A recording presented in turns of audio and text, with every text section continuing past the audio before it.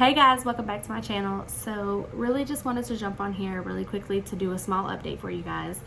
So I don't have much of an update, unfortunately, on the Cash Gernon case at this point because not a lot of information has been released here lately that you guys don't already know about. So still searching every single day to find more information on the legal side to see, what all is going on with that kind of stuff.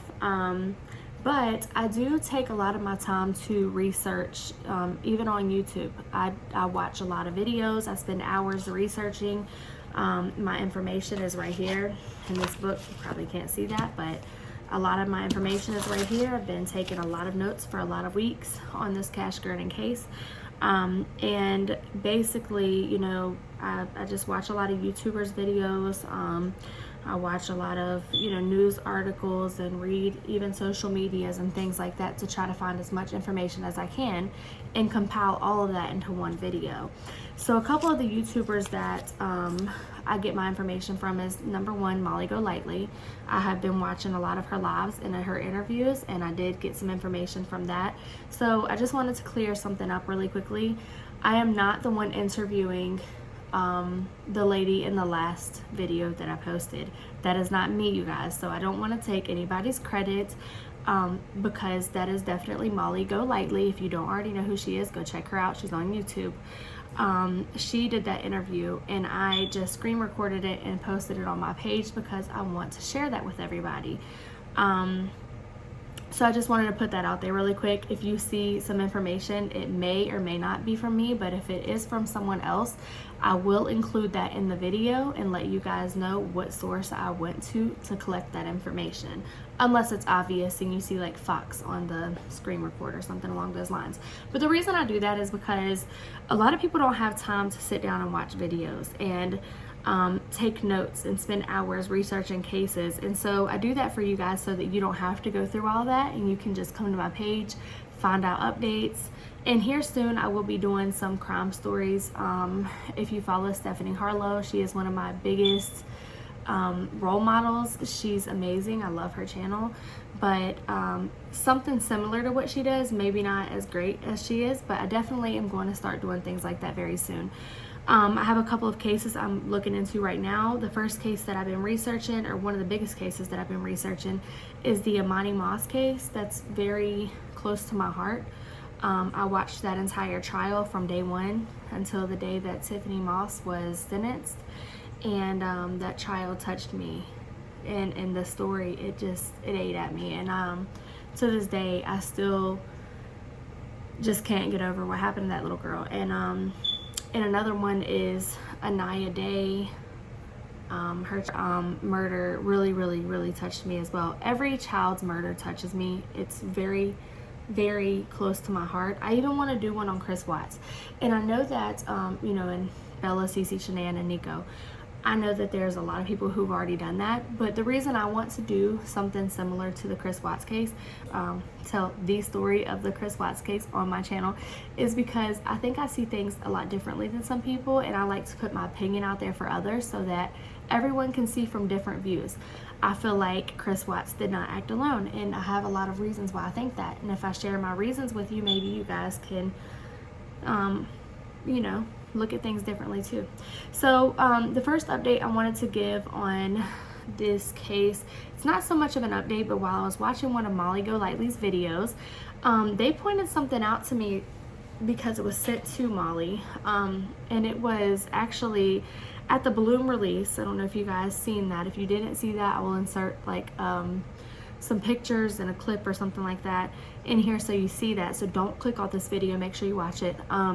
But basically what happened was someone sent a picture to Molly of one of the people that was at the Bloom release. And I found it very strange because this gentleman, he had dreadlocks in his hair, and he was, I don't know how tall he was, but he looked like he was about Cameron's height.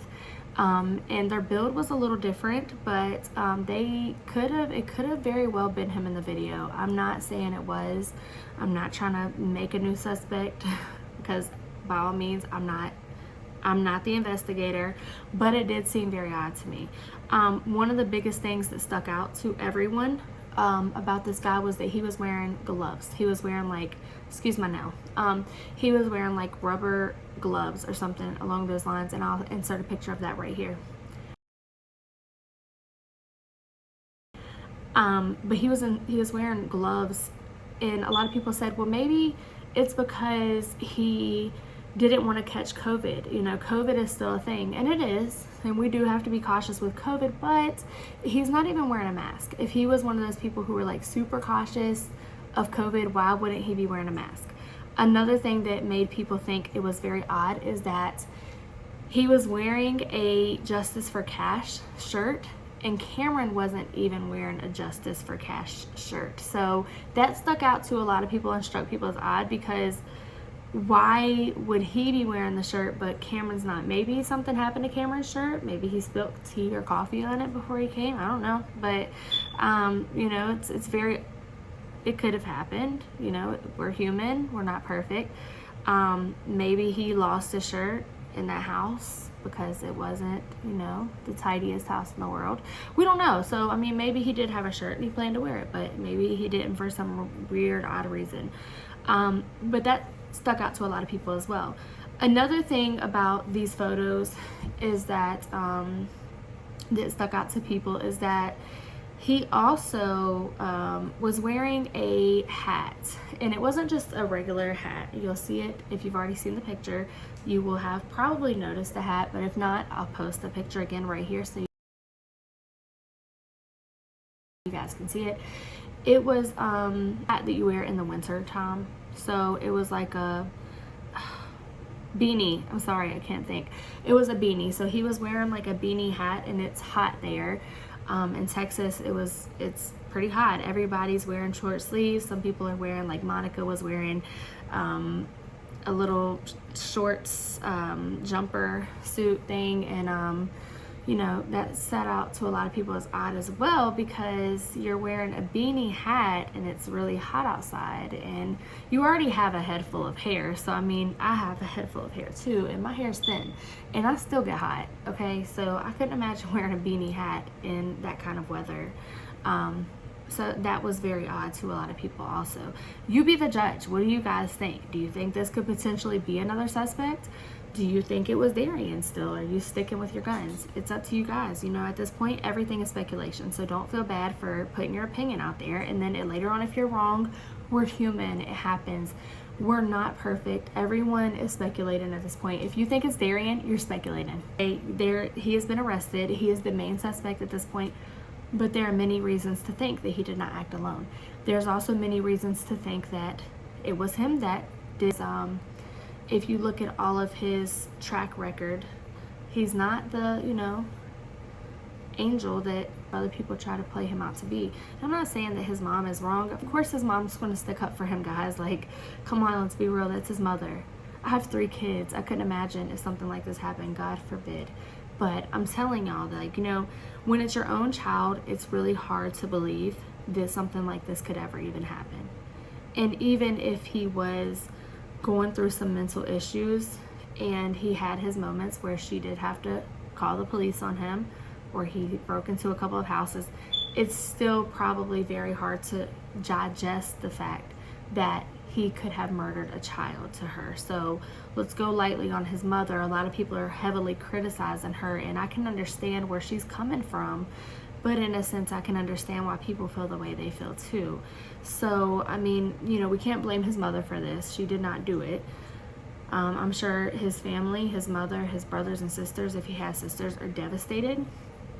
I'm sure that this has taken a toll on many people around their family. They're being judged. She said in one video that she is even being threatened with text messages, and it's not right. You know, I mean, she did not commit this crime, so we can't be mad at her. Okay, let's keep that in mind. But like I said, it's a lot of things that stuck out to a lot of people about these videos. And the balloon release with the boy wearing the gloves, no one else was wearing gloves. So that was very strange. And I even seen one part of the video on Molly Go Lightly's video, she actually said, or someone said on the video that that there was a box of gloves in Monica's house, which makes it even more odd because it's like, okay, were they the same gloves that was in Monica's house? And if so, why is he wearing them to the balloon release, but he's wearing no mask? He has some explaining to do. I'm just saying, that's a little bit skeptical. And it's just a lot of things that stuck out to me. I mean, sometimes when you're trying to work a case like this, or you're looking into a case like this, you have to kind of put yourself in the mind of a criminal and think, why would they do something like that? Well, why would he wear gloves? Why would he be wearing the shirt? Maybe Cameron's not the one who was in the video. Maybe Cameron said, hey, you need to wear this shirt to throw everybody off and make them think you're all about justice for Cash. And hey, wear gloves just in case. They're see-through, they're clear, nobody's even going to see it. That could be very well what happened. And I don't believe that anybody was supposed to be recording this event. So maybe whoever took this maybe whoever took this video and this picture, it's possible that they leaked the photo or somehow it got released and it wasn't supposed to.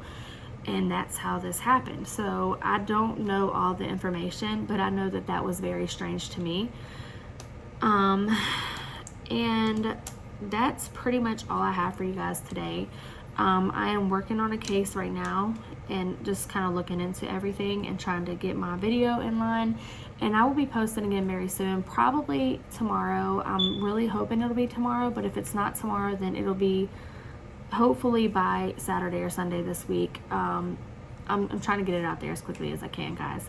But leave your comments down below. If you have some new information for me, please leave it in the comments so I can go research that. If you know a good YouTuber who is creating good content and a lot of information that I don't have, please give me that information so I can continue to look into this and give you guys and everyone else who's watching the content that they deserve. Because everyone needs to hear about this case. Everyone needs to know the ins and outs, all the details, so that we know who to look at. Because at this point, it's a lot of speculation, and we don't want someone who is non-guilty to be guilty. And we don't want to keep on accusing people if we know more information and we're just keeping hush-hush about it, because it's not fair to the person who's being accused.